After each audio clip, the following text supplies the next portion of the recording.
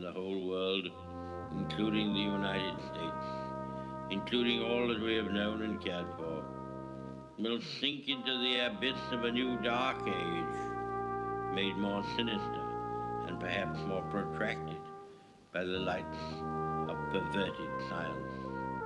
Let us, therefore, brace ourselves to our duties, and so bear ourselves that if the British Empire and its Commonwealth last for 1,000 years,